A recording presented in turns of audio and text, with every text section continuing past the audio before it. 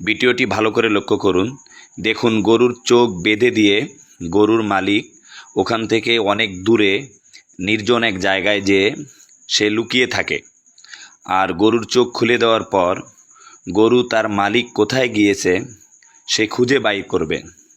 এখান থেকে আমাদের শিক্ষণীয় বিষয় হলো, বড় আফসোস হলো আমরা মানুষ হয়ে আল্লাহ তাআলা আমাদেরকে খাওয়াচ্ছেন, পড়াচ্ছেন, আল্লাহ তাআলা আমাদেরকে এত নিয়ামত দান করতেছেন, আমরা আল্লাহ তাআলার গোলামি করতে চাই না।